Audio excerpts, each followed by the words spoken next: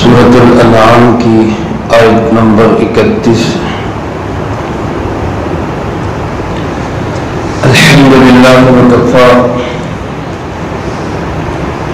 السلام علی عبادہ الذین اصطفی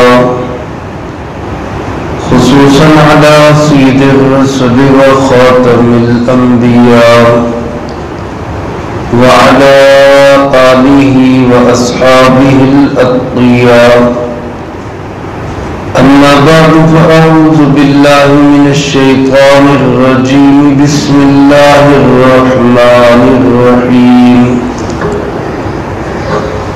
قد خسر الذين كذبوا بلقاء الله حتى إذا جاءتهم الساعة بغتة قالوا يا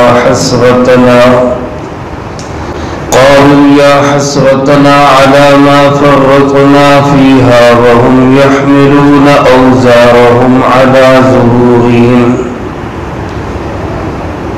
ألا ساء ما يزرون وما الحياة الدنيا إلا لعب ولهو وللدار الآخرة خير للذين يتقون أفلا تعقلون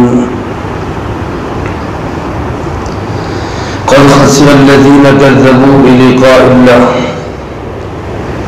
یقیناً بہت بڑے نقصان میں گئے وہ لوگ جنہوں نے اللہ کی ملاقات کا انکار کر دیا۔ حتیٰ اذا جاءتهم الساعة بغتة، حتیٰ کہ جب ان کے پاس قیامت آ گئی اچانک، قالوا یا حسرتنا، تو وہ لوگ کہیں گے ہائے افسوس، علی ما فرطنا فیہا، اس پر جو ہم پہلے کر چکے، وَهُمْ يَحْمِلُونَ أَوْزَارَهُمْ عَلَى ظُهُورِهِمْ، اور وہ لوگ اٹھائیں گے اپنے بوجھ کو اپنی پشتوں پر۔ أَلَا سَاءَ مَا يَزِرُونَ، غور سے سنو بہت برا ہے جو وہ بوجھ اٹھائیں گے۔ وَمَا الْحَيَاةُ الدُّنْيَا إِلَّا لَعِبٌ وَلَهْوٌ، اور دنیا کی زندگی تو کچھ نہیں سوائے کھیل اور کود کے۔ وَلَلدَّارُ الْآخِرَةُ خَيْرٌ، اور آخرت کا گھر بہترین ہے، لِلَّذِينَ يَتَّقُونَ، ان لوگوں کے لیے جو تقوی اختیار کرتے ہیں۔ أَفَلَا تَعْقِلُونَ، کیا تم اس کی عقل نہیں رکھتے؟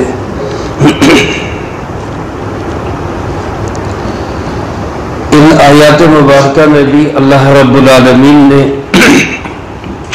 عقیدہ آخرت کو ہی بیان فرمایا ہے ایک دوسرے انداز سے۔ گزشتہ آیات سے یہ موضوع چل رہا ہے کہ عقیدہ آخرت، مرنے کے بعد کی زندگی، مرنے کے بعد دوبارہ جی اٹھنا، ہمارا اس پر ایمان ہے، سب کہیں الحمدللہ۔ اللہ کے محبوب علیہ السلام نے ارشاد فرمایا، اس کا مفہوم یوں ہے کہ مومن وہی ہوگا جو آخرت پر اور مرنے کے بعد دوبارہ جی اٹھنے پر ایمان رکھے۔ پہلے زمانے میں بھی سینکڑوں نہیں ہزاروں لاکھوں لوگ تھے، آج بھی لاکھوں نہیں کروڑوں انسان ہیں جن کو مرنے کے بعد دوبارہ جی اٹھنا سمجھ میں نہیں آتا۔ ماننا تو دور کی بات ہے، ان کے دل دماغ میں یہ بات نہیں اترتی، مرنے کے بعد بھی دوبارہ جی اٹھنا۔ میرے عزیز دوستو، ہمارا ایمان ہے کہ مرنے کے بعد دوبارہ اٹھنا بھی ہے، رب کے حضور پیش بھی ہونا ہے، اللہ سے ہماری ملاقات بھی ہونی۔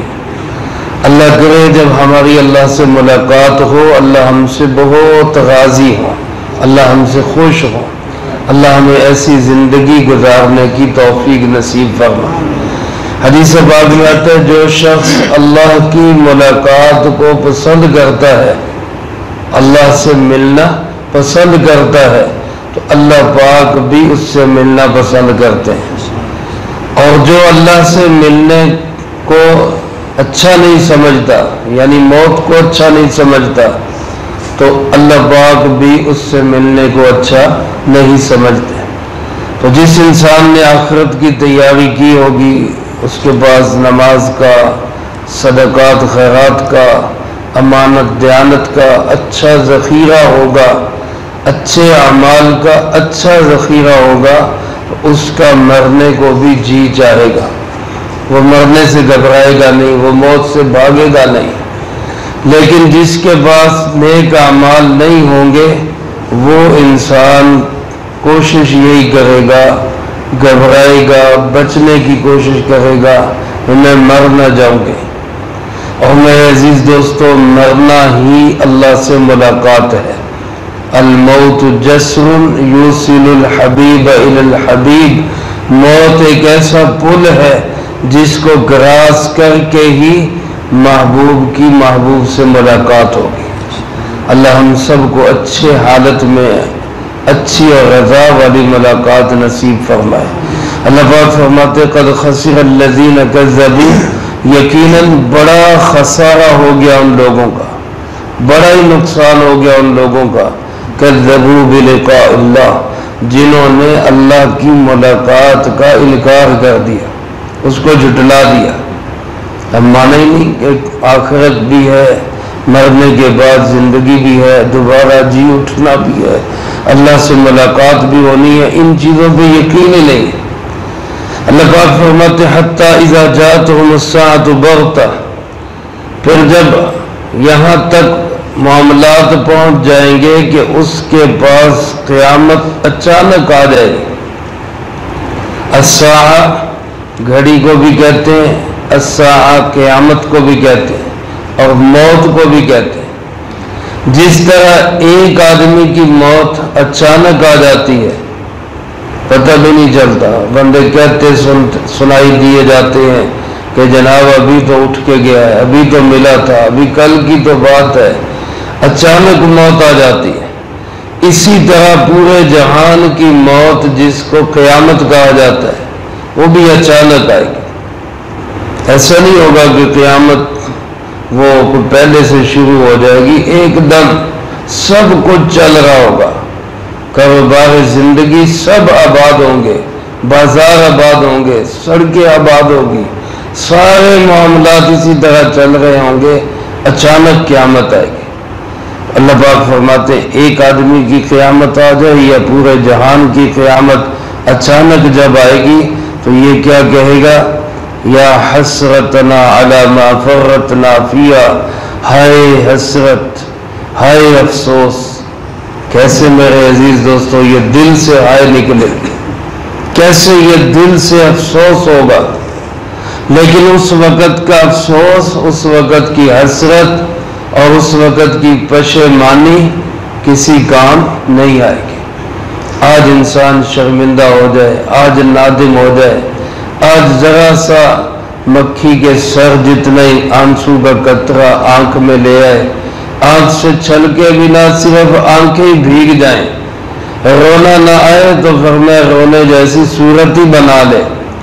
اللہ پاک کو اس پہ بھی بڑا پیار آتا ہے، اور پہاڑوں کے برابر، ریت کے ذرات کے برابر، درختوں کے پتوں کے برابر، پانیوں کے قطروں کے برابر بھی گناہ ہوں گے، اللہ سارے گناہوں کو معاف کر دے گا۔ بلکہ بعضوں کی توبہ اللہ کو ایسی پسند آتی ہے کہ گناہوں کو بھی اللہ پاک نیکیوں سے بدل دیتے ہیں۔ لیکن یہ دنیا کی پشیمانی ہے، یہاں کی توبہ ہے، یہاں کی شرمندگی ہے، وہاں حسرت، افسوس، پشیمانی، شرمندگی، ندامت، توبہ، استغفار کسی کام نہیں آئے گی۔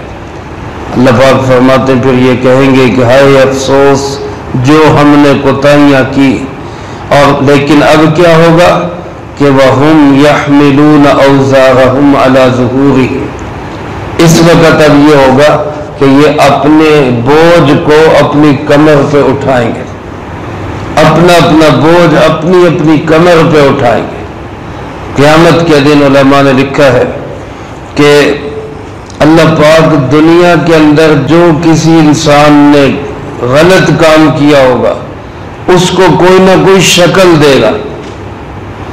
جس طرح حدیث مبارک میں آتا ہے قبر کے اندر ایک نوجوان شہزادہ قبر میں آئے گا اور قبر والے سے کہے گا کہ گھبرا نہیں، میں تیرے ساتھ ہوں. فرشتے حساب کتاب کے لیے آئیں گے اور اس سے کہیں گے کہ جناب ذرا سائڈ پہ ہو، ہم نے حساب کرنا ہے. تو وہ کہے گا کہ تم وہیں کھڑے ہو کے اپنا سوال و جواب کر لو، اس نے دنیا میں مجھے نہیں چھوڑا، یہاں میں اس کو نہیں چھوڑ سکتا. علماء نے لکھا ہے حدیث پاک کی تشریح میں کہ یہ جو نوجوان شہزادہ ہوگا یہ قرآن کریم کی تلاوت ہوگی. اللہ پاک قرآن کریم کی تلاوت کو وہاں ایسی خوبصورت شکل عطا کرے گا جو قبر میں انسان کی حفاظت کرے گی. اسی طرح جو برائیاں کی ہوں گی، جو بدکاریاں کی ہوں گی، جو گناہ کے کام کیے ہوں گے، ان کو بھی وہاں کوئی نہ کوئی شکل ملے گی اور وہ شکلیں انسان کے کندھے پہ سوار ہوں گی، اس کا بوجھ اٹھانا پڑے گا. ایک حدیث مبارک میں آپ صلی اللہ علیہ وآلہ وسلم نے ارشاد فرمایا کہ جو شخص اجتماعی مال میں، اجتماعی مال مدرسے کا ہو، اجتماعی مال گورنمنٹ کا ہو، اجتماعی مال کسی رفاعی ادارے کا ہو، جو کسی بھی اجتماعی مال کے اندر خیانت کرے گا تو قیامت کے دن یہ خیانت اپنے کندھوں پہ اٹھا کے لائے گا. کسی نے بکری چرائی ہوگی، بکری کندھوں پہ سوار ہوگی. کسی نے گائے چوری کی ہوگی، گائے کندھوں پہ سوار ہوگی. کسی نے اونٹ چوری کیا ہوگا، اونٹ کندھوں پہ سوار ہوگا. کسی نے ایک بالشت کسی کی زمین دبائی ہوگی، فرمایا ساتوں زمینوں تک اس کو اکھاڑ کے گلے کے اندر توق بنا کے ڈالا جائے گا اور وہ میدان حشر میں اس زمین کو گھسیٹتا پھرے گا. اب یہاں ذہن میں سوال آئے کہ بندہ تو چھوٹا سا ہے، اتنی بڑی بڑی چیزیں کیسے اٹھائے گا؟ تو یہ بندہ یہاں چھوٹا سا ہے، وہاں چھوٹا نہیں رہے گا. وہاں قد کاٹھ بڑے ہو جائیں گے، جسم بہت بڑے بڑے ہوں گے. جنتیوں کے جسم بھی بڑے ہو جائیں گے، جہنمیوں کے جسم بھی بڑے ہو جائیں گے. تو انسان اپنے اپنے گناہوں کو اپنے کندھوں پہ لاد کے وہاں پھرے گا. اللہ پاک فرماتے ہیں الا ساء ما یزرون، غور سے سنو، بہت برا بوجھ ہے یہ جو اٹھائے پھریں گے. کتنا برا لگے گا. آج دنیا کے اندر اللہ نے پردہ پوشی کی ہے، کسی کے گناہ کسی کے سامنے نہیں. اللہ اسی طرح پردہ ستاری کے اندر ہمیں جنت میں داخلہ نصیب فرما دے. لیکن اگر گناہ ظاہر ہو جائیں تو سوچو کتنی بڑی شرمندگی ہوگی، منہ دکھانے کے قابل نہیں رہیں گے کسی. اللہ پاک فرماتے ہیں آخرت کو انسان بھولتا ہے دنیا کی وجہ سے. آخرت انسان بھلاتا ہے، قبر کو بھلاتا ہے، حشر کو بھلاتا ہے. کس وجہ سے؟ دنیا کی چند چیزوں کو حاصل کرنے کے لیے، دنیا کی ترقی اور عہدے لینے کے لیے. فرمایا دنیا کی حقیقت کیا ہے؟ وَمَا الْحَيَاةُ الدُّنْيَا إِلَّا لَعِبٌ وَلَهْوٌ، دنیا تو محض کھیل اور تماشا ہے. دنیا کی کیا حقیقت ہے؟ آج ایک آدمی امیر ہے، کل وہی فقیر ہوتا ہے. آج ایک وزیر اعظم ہے، کل کو وہی اسیر اعظم ہوتا ہے. ایک آدمی آج تخت پہ ہے، کل کو وہ تختے کے اوپر ہوتا ہے. اللہ کی قدرت سب جگہ حاوی ہے. سدا بادشاہی صرف کس کی ہے؟ اللہ رب العالمین. دنیا تو کھیل تماشا، اس کی کیا حیثیت، کیا حقیقت؟ اصل گھر جو ہے وہ آخرت کا گھر ہے. اور وہ کن کو ملے گا؟ للذین یتقون وللدار الآخرۃ خیر، آخرت کا گھر بڑا ہی بہترین ہے. خیر، خیر اس جملے کا ترجمہ ممکن نہیں ہے، سمجھانے کے لیے بہترین کہا جاتا ہے. کتنا بہتر کتنا اچھا ہوگا اس کو اللہ ہی جانتے ہیں. آخرت کا گھر بہت اچھا ہے، بہت اچھا ہے. ملے گا کن کو؟ للذین یتقون، ان لوگوں کو جو بچ کے چلیں گے. جو سب سے پہلے کفر سے بچیں گے، شرک سے بچیں گے، یہ تقوی والے ہیں۔ الحمدللہ اس معنی میں ہم سارے متقی بیٹھے کہیں الحمدللہ، ہم کفر سے بچتے ہیں، شرک سے بچتے ہیں، اللہ ہمیشہ ہمیں بچا کے رکھے۔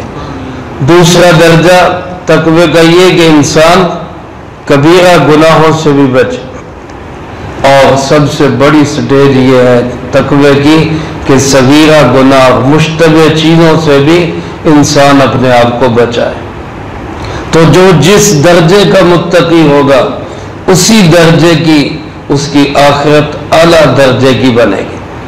جتنا اعلیٰ درجے کا متقی اتنی اعلیٰ درجے کی جنت۔ اللہ ہم سب کو اعلیٰ درجے کی جنت نصیب فرمائے۔ اللہ پاک فرماتے ہیں فلا تعقلون، کیا اتنی سی بات بھی تمہاری عقل میں نہیں آتی کہ دنیا فانی ہے، ناپائیدار ہے، یہاں کی خوشی عارضی، یہاں کا غم عارضی، یہاں کا بیمار عارضی، یہاں کا دکھی عارضی، یہاں خوشحال، یہاں بڑے اچھی زندگی گزارنے والا، لگژری کی زندگی گزارنے والا، اچھے لائف سٹائل والا، وہ بھی عارضی۔ ہر انسان یہاں وقتی ہے، اصل دائمی خوشیاں، دائمی زندگی وہ آخرت کی زندگی ہے۔ کیا اتنی بات بھی تمہاری عقل میں نہیں آتی؟ میرے محترم دوستو، اللہ پاک سے دعا بھی کرنی چاہیے، اصل ٹارگٹ، اصل مقصد آخرت کو بنا کر یہاں زندگی بنانی چاہیے۔ اللہ مجھے آپ کو سب کو اس کی توفیق نصیب فرمائے، جو کہا سنا اس کو زندگی میں لا کے دوسروں تک پہنچانے کی توفیق عطا فرمائے۔ اللہم لک الحمد کما ینبغی لجلال وجہک وعظیم سلطانک، اللہم لا احصی ثناء علیک انت کما اثنیت علی نفسک، اللہم لک الحمد کما انت اہل، فصلی علی محمد کما انت اہل، وافعل بنا ما انت اہل، فإنک اہل التقوی واہل المغفرہ، اللہم وفقنا لما تحب وترضى من القول والعمل والفعل والهدي والنية إنك على كل شيء قدير، اللهم طهر قلوبنا من النفاق وأعمالنا من الرياء وألسنتنا من الكذب وعيوننا من الخيانة، فإنك تعلم خائنة الأعين وما تخفي الصدور، اللهم ربنا تقبل منا إنك أنت السميع العليم وتب علينا إنك أنت التواب الرحيم، صلى الله تعالى على خير خلقه محمد وعلى آله وأصحابه أجمعين برحمتك يا أرحم